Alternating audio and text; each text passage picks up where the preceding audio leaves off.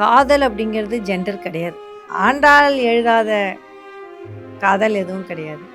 மீரா எழுதாத காதல் எதுவும் கிடையாது. எல்லா ஊர்லேயுமே தாலியை மறுத்து திருமணங்கள் நிறைய நடந்தது. தாலிங்கிறது ஒரு அடையாளம். திருமணம்ங்கிறது அடையாளம் கிடையாது. நான் நல்லா இருந்தேனே மேடம். நான் ஏன் 26 வயசுக்கு இப்படி கஷ்டப்படணும்? 27 வயசுக்கு ஏன் இப்படி கஷ்டப்படணும்? பெண்கள் ஒரு 28 வயசுல சொல்கிறாங்க, என் ஃப்ரெண்ட்ஸ்லாம் ஒன்றுமே கல்யாணம் பண்ணிக்கலாம், நான் ஏன் 28 வயசுக்கு கஷ்டப்படணும்? ஸோ இந்திய திருமணங்கள் இன்னும் கொஞ்சம் இலகுவாகணும்னு நினைக்கிறீங்களா? ஏன்னா அதிகமான பேரண்ட்ஸுடைய எதிர்பார்ப்புகள் எல்லாமே நாளுக்கு நாள் வந்து இந்த சிக்கல் அதிகரிக்குது. ஒரு பனித்துகள் மாதிரி இன்னொரு பனித்துகள் கிடையாது. ஒரு இலை மாதிரி இன்னொரு இலை கிடையாது. குழந்தையோட அப்பா யார் அப்படின்னா யாரும் ஏந்துக்க மாட்டாங்க. பேஷண்டோட புருஷன் எங்க அப்படின்னா பேஷண்டோட புருஷனா நான் வரேன். இங்க குழந்தையோட அப்பா யாரு? பேஷண்டோட புருஷன் யாருங்க? உங்களுக்கு குழந்தையோட அப்பா வேணுமா இல்ல பேஷண்டோட புருஷன் வேணுமா?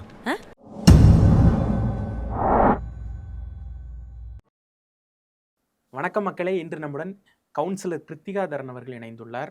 2K generations, relationships and cinema, இது எல்லாம் வந்து எப்படி இன்னைக்கு ஒரு தாக்கத்தை ஏற்படுத்தியிருக்கு இந்த 2K ஜென்ரேஷனுங்கிறத ஒரு படம் பற்றி நம்ம வந்து அதை ஒரு கேஸ் ஸ்டடியாக எடுத்துகிட்டு பேச போகிறோம்.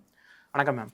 வணக்கம் மேம். டியூட் அப்படிங்கிற ஒரு படம் வந்து இப்போ ஓடிடிலெலாம் வந்து இறங்கி கிட்டத்தட்ட 100 நாள் செலிப்ரேஷன்லாம் இப்போ சமீபத்தில் வந்து பண்ணாங்க.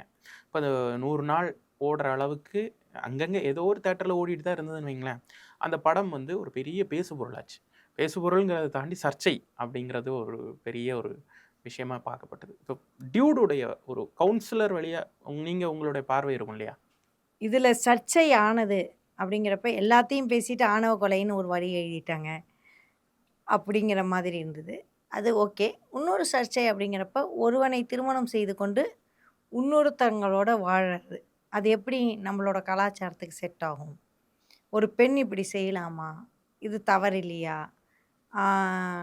நான் நம்ம டிஸ்கஸ் பண்ண மாதிரி ஒரு இந்த கடைசி சீன் வேணும். குழந்தையோட அப்பா யார் அப்படின்னா யாரும் ஏந்துக்க மாட்டாங்க. பேஷண்டோட புருஷன் எங்க அப்படின்னா பேஷண்டோட புருஷனா நான் வரேன் அப்படின்னு பிரதீப் வந்து போவார். ஸோ இந்த மாதிரியான சிக்கல்களை வந்து நகைச்சுவையாக சொல்லியிருப்பாங்க. இது நிஜமாக நடக்குமா நடக்காதா அப்படிங்கிற கன்ஃபியூஷன் உண்டு. நிஜமாக நடந்திருக்க வாய்ப்பு இருக்கலாம். ஏன்னா எல்லா சம்பவமும் தேட்டரில் கிடைக்கிறது நம்ம எல்லாமே ஏதோ ஒரு விதத்தில் நடந்திருக்க வாய்ப்பு இருக்குது. அப்போ ஏன்னா இப்போ டிஎன்ஏ டெஸ்ட் மூலமாக வேறு யாரோ அப்பான்னு வர்றதெல்லாம் வந்து நிறையா நம்ம பார்க்குறோம். அப்படிங்கிறப்ப இதுவும் வாய்ப்பு இருக்கலாம். இதில் போய் நம்ம சிக்கல்கள் அப்படின்னு யோசித்தோம் அப்படின்னா, ஆணவ கொலை, தந்தை வந்து மகளை திருமணம் செய்ய வற்புறுத்துவது, பேரண்ட்ஸோட இன்டர்ஃபரன்ஸ் இன் தர் லைஃப், அதை தாண்டி இவங்க வாழ்க்கையை எப்படி பார்க்குறாங்க, வாழ்க்கையை எப்படி எடுத்துக்கிறாங்க அப்படிங்கிற ஜெனரேஷனுக்குள்ள டிஃப்ரென்சஸை தான் இந்த படத்தோட சிக்கலாக நான் மெயின் பார்க்குறேன். திருமணத்துக்கு மீறிய உறவை வந்து நான் சிக்கலாக பார்க்குறேன். இது ஏன்னா இது திருமணமே இல்லை, அதனால் இது திருமணத்துக்கு மீறிய உறவு கிடையாது. அதே சமயம் இதை திருமணத்துக்கு மீறிய உறவாக பார்க்கக்கூடிய ஜெனரேஷன், அதாவது தந்தைகள் தாய்கள் அப்படிங்கிறோம்ல, அந்த ஜென்ரேஷனோட சிக்கலை தான் நான் பார்க்குறேன். அது 2K கிட்ஸ் மத்தியில் வந்து இது ஒரு பரவலான பேச்சாச்சு. என்ன அப்படின்னா, ஒரு சில விஷயங்கள் இன்றைக்கி இருக்கக்கூடிய ரிலேஷன்ஷிப்ஸோடைய பிரதிபலிப்பாக இருந்தது அப்படின்னு. ஏன்னா ஒரு பெண் வந்து ஒரு காதலை வந்து ஹீரோ கிட்ட சொல்கிறப்ப இத்தனை நாள் சினிமா வரலாற்றிலேயே வந்து ஆண் தான் வந்து பெண்ணிடம் போய் காதலை சொல்கிறது அப்படிங்கிற மாதிரியும், ஒருவேளை அந்த ஹீரோயின் வந்து ஏற்க மறுக்கிறதும், இதெல்லாம் நம்ம நிறைய பார்த்துட்டோம். 90ஸ்லேருந்து ஆரம்பித்து இப்போ பார்த்துட்டோம். இப்போ பெண் வந்து சொல்கிறப்ப ஆண் வந்து மறுக்கிறாப்புல, இல்லை எனக்கு வந்து எந்த விதமான ஃபீலிங்ஸும் இல்லை உன் மேலே அப்படின்னு சொல்லிட்டு மறுக்கிறது.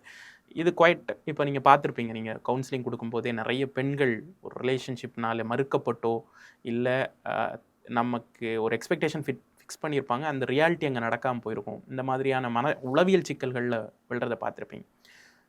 அதிலிருந்து ஆரம்பிக்கிறது முரண் அப்படிங்கிறது, அதிலிருந்தே ஆரம்பிக்குது அப்படிங்கிறது. ஒரு பொது சமூகத்துடைய அத்தனை நெறிமுறைகளும் விதிமுறைகளுக்கும் உட்படாமல் படம் அங்கேருந்தே முரண்பட்டு ஆரம்பிச்சிருது. ஸோ அந்த ட்ராவல் எப்படி பார்க்குறீங்க மேம்? அந்த ஒரு காதல் அப்படிங்கிறது ஜெண்டர் கிடையாது. ஆண்டாள் காலத்துலேருந்து ஆண்டாள் எழுதாத காதல் எதுவும் கிடையாது. மீரா எழுதாத காதல் எதுவும் கிடையாது. நம்மளுக்கு தெரியல. பெண்கள் வந்து ஏதோ 2, 3 இலக்கியத்துல தான் படுத்தியிருக்காங்க. பெண்களுக்கும் காமம் உண்டு, பெண்களுக்கும் காதல் உண்டு. பெண்களும் ஒரு ஆணை பார்த்து நம்ப அ அகலிகை தான் நெனைக்கிறேன். இந்திரன் மேல பறக்கிறப்ப அவள பார்த்து ஆசைப்படுவாங்க. அத அவரோட கணவர் பார்த்துட்டு, "நீ கல்லா மாறணும்" அப்படின்னு சொல்லி ராமர் கால்பட்டு கால்பட்டு அந்த அப்புறம் சாபம் நீங்கினதா ஒரு கதை. சாபம் நீங்கினதா. பாஞ்சாலி வந்து 5 கணவர்கள். அப்ப முன்னாடி நம்ம சொன்ன மாரி ஒரு கணவரோட ஒவ்வொரு வருஷமும் இல்ல சம் டைம் பீரியட்ல தான் வாழ்வாங்க. மிச்ச 4 பேரையும் அப்புறமா சகோதரனா பார்ப்பேன். இல்ல ஒரு ஃப்ரெண்டா பார்ப்பேன் அப்படிங்கிற மாதிரியான டெர்ம்ஸ்ல நம்ம கலாச்சாரம் அப்படின்னு நம்ம இதுக்குள்ள சொல்லவே முடியாது. நம்ம கலாச்சாரத்துல நீங்க எல்லா விதமான விஷயமும் பேசப்பட்டிருக்கு. ஒரு பெண் காதல் வயப்படுவது, ஒரு பெண் ஆசைப்படுவது, பெண் காமம் வயப்படுவது. விஸ்வாமித்திரர் வந்து மோகினிகள் வந்து மயக்கினதா நம்ம பிடிக்கல. அப்பனா அந்த மோகினி என்ன தனியான ஆட்களா? நம்ம சமூகத்துல ஒருத்தர் தானே அவங்களும். அப்ப இது ரொம்ப சகஜமான ஒரு விஷயம் தான் ஒரு பெண் ஆணை இது பண்றது. நம்மளா தான் உருவப்படுத்திட்டு இருக்கோம். ஆண் தான் போய் தேடி போகணும். அது பெரும்பான்மை.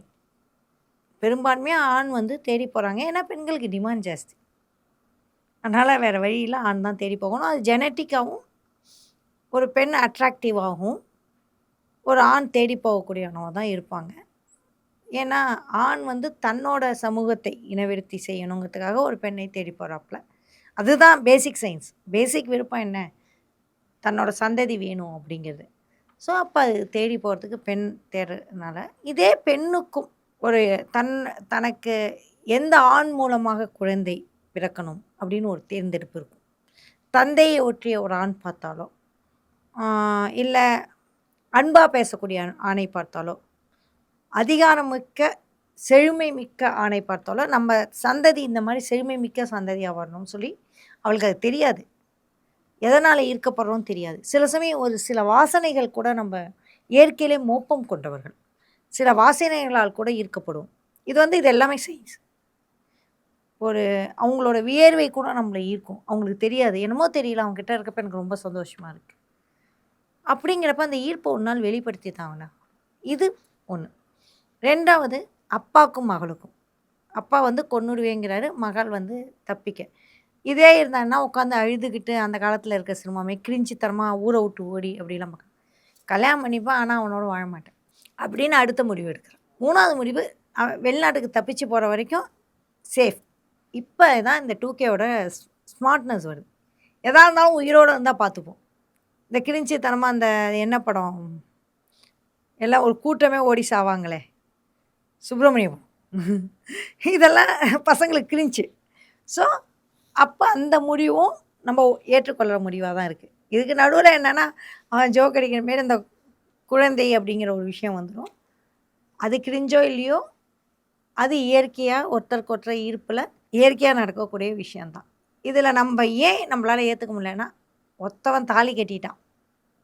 அவனோட வாழாம அவன் எப்படி இன்னொருத்தரோட வாழலாம்? இதுதான் நம்மளுக்கு இருக்கக்கூடிய பெரிய கேள்வியா இருக்கு. அதுதானே வந்து ஒருத்தலும் கூட. பொது சமூகத்துடைய ஒருத்தலா தான். ஆனா அதுக்கும் வந்து பதில் சொல்லியிருக்காங்க இல்லையா? ஒரு டைரக்டரா அவர் வந்து என்ன அது ஜஸ்டிஃபிகேஷன் குடுக்குறாருன்னா, தாலிக்கு இல்ல எமோஷன்ஸ். அதுக்கு பின்னாடி இருக்க பெண்ணுடைய மனதுக்கு தான் எமோஷன்ஸ். பெண்ணுக்கு தான் எமோஷன்ஸ். எல்லா ஊர்லயுமே தாலிய மறுத்து திருமணங்கள் நெறைய நடந்திருக்கு.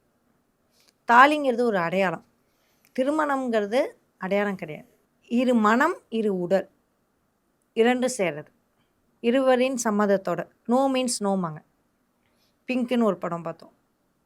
நீ உன் கணவனே இருந்தாலும், உனக்கு விருப்பம் இல்லாட்டி நீ போகக்கூடாது. அப்படிங்கிறப்ப இவ விருப்பமே இல்லாத திருமணத்துக்குள்ள எப்படி போவா? அப்ப நோ மீன்ஸ் நோல ரொம்ப பசங்க ஸ்ட்ராங்கா இருக்காங்க. அப்ப இங்க புரிஞ்சிக்க வேண்டியது, திருந்த வேண்டியது நம்ம ஜெனரேஷன் தான். லவ் பண்ணா கல்யாணம் பண்ணி வச்சுருங்க. இல்ல டைவர்ஸ் ஆயிடும்னு பயந்தீங்களா? 2 வருஷம் வெயிட் பண்ணிட்டு கல்யாணம் பண்ணுவீங்க. 3 வருஷம் வெயிட் பண்ணுங்க. 4 வருஷம் வெயிட் பண்ணுங்க. அவங்களே பிரிஞ்சிடுவாங்க.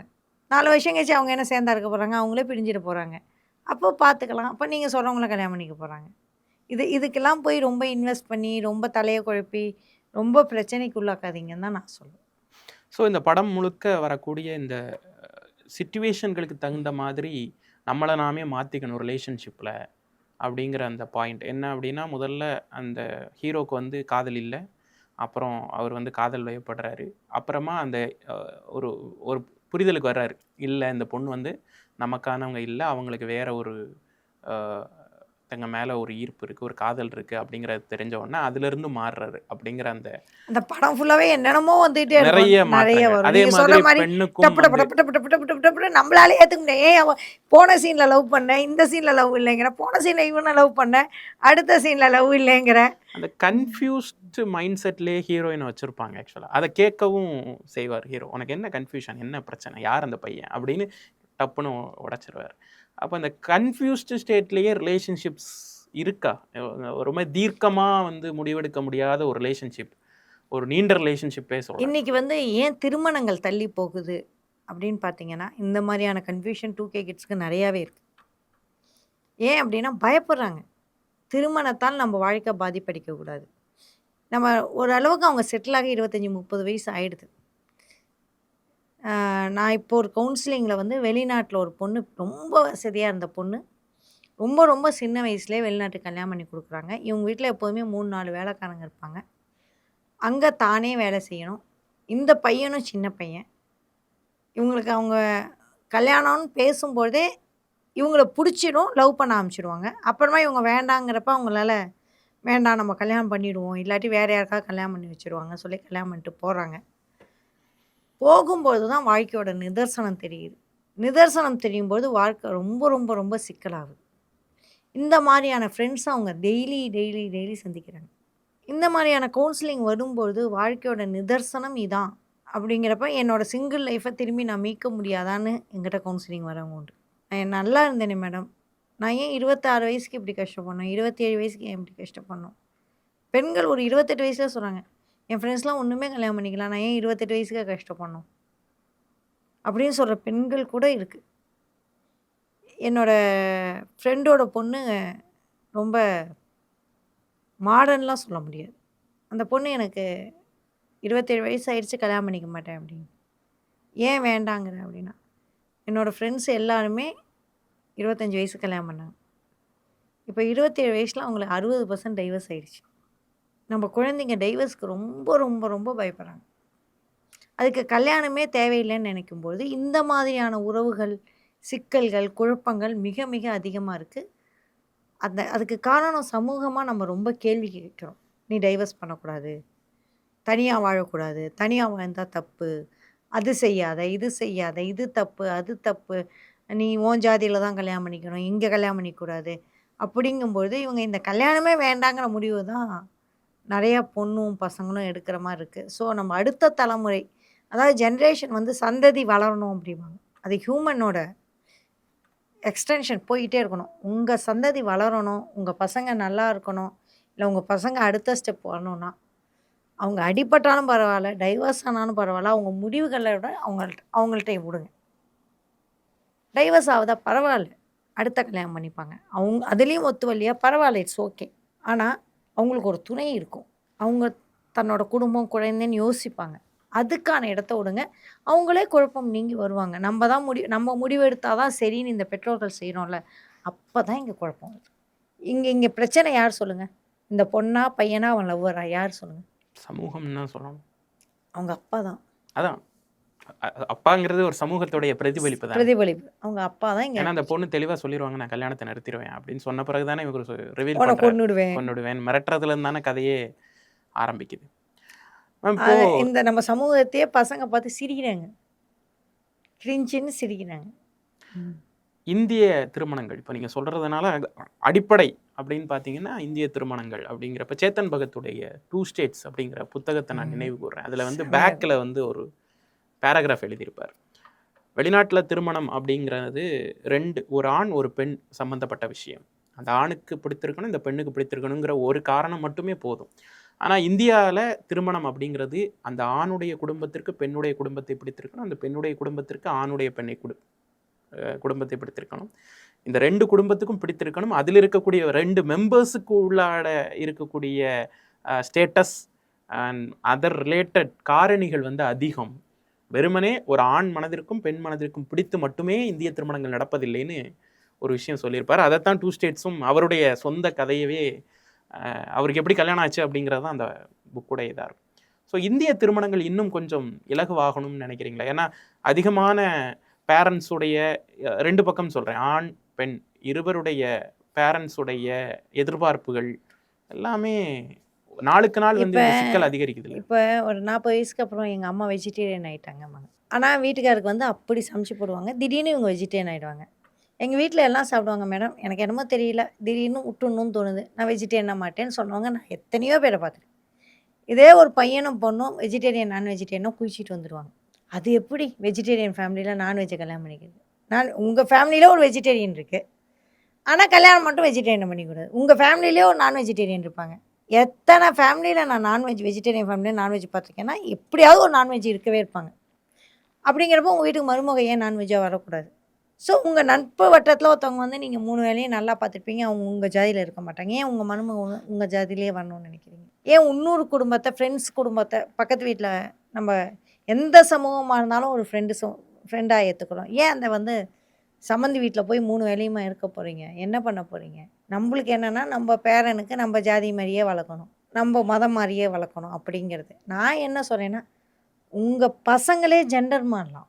உங்கள் பசங்களே இன்னுமே போனால் இன்றைக்கி வந்து ஜெண்டரில் வந்து 73 வகைக்கு மேலே இருக்குது. பாலியல்லையே அவ்வளோ வித்தியாசம் இருக்கும்பொழுது, மனிதர்கள் அவ்வளோ வித்தியாசம் இருக்கும்போது, உங்கள் வித்தியாசத்தை உங்களால் ஏற்றுக்க முடியல அப்படின்னா இந்த உலகத்தில் இடம் இல்லை. ஒரு ஒரு ஒரு பனித்துகள் மாதிரி இன்னொரு பனித்துகள் கிடையாது, ஒரு இலை மாதிரி இன்னொரு இலை கிடையாது. அப்படிங்கிறப்ப அதே மாதிரியான இனத்தில், அதே மொழியில், அதே நீங்கள் நினைக்கிற மாதிரியே ஒரு மருமகளோ மருமகனோ கிடைச்சாச்சுன்னா சான்ஸே கிடையாது. நீங்கள் எப்படி பார்த்தாலும் அவங்களுக்கு வேறுபாடு வரதான் வரும். நம்ம வீட்டிலே சொல்லுவாங்க, எங்கள் வீட்டில் இப்படி சமைக்க மாட்டோம் அப்படிங்கிறப்ப, உங்கள் வீட்டில் சமைக்க மாட்டோன்னா அவங்க மதத்திலே வேறு சமைக்கிறவங்களே உங்களை கூட்டிகிட்டு வரலாம். இல்லை, டைவர்சிட்டியை கொண்டாடக்கூடிய இந்திய சமூகம் திருமணம்னு வரும்போது மட்டும் அந்த ஒரு விஷயத்தில் ரொம்ப எதிர்க்கிறாங்க இல்லையா? எதிர்த்தா லாஸ் இன்றைக்கி வந்து பேரண்ட்ஸ்க்கு தான். அவங்களுக்கு எந்த லாஸும் கிடையாது. நீங்கள் எதிர்த்தா உங்களை தூக்கி போட்டு கல்யாணம் பண்ணிட்டு போயிடுவாங்க. நான் அப்படி தான் சொல்லுவேன். நான் ஜோக்கில் சொல்லுவேன், எங்களோட ஜென்ரேஷனை பொறுத்த வரைக்கும் மாமியாரும் இந்த பக்கம் நம்மளை தூக்கி போட்டு மிதிச்சாங்க, இப்போ நம்ம பசங்களும் தூக்கி போட்டு மிதிக்குது. ஸோ நீங்கள் ஏற்றுக்காட்டி உங்களுக்கு கிடையாது, லாஸை தவிர்த்து பசங்களுக்கு கிடையாது. இந்த மாதிரியான கேஸ் அதாவது என்கிட்ட வரும்பொழுது ஆரம்பத்துலேயே நான் சொல்லிடுவேன், பொண்ணை மனசை மாற்றணும், வேறு ஜாதி பையனை லவ் பண்ணுறா அப்படின்னு கேட்கும்பொழுது நான் சொல்லுவேன், லக்கிலி இந்த பையனை ஏற்றுக்கிட்டு அவள் வாழ்க்கை நல்லா இருந்தால் சரி, நல்லா இல்லாட்டி வாழ்க்கை ஃபுல்லாக உங்களை தான் சுட்டி காட்டுவாங்க. அது பரவாயில்லைன்னா அந்த பையன் எப்படின்னு பார்த்துட்டு நான் பேசி பார்க்குறேன் அப்படின்னு பேசின கவுன்சிலிங்ஸும் உண்டு.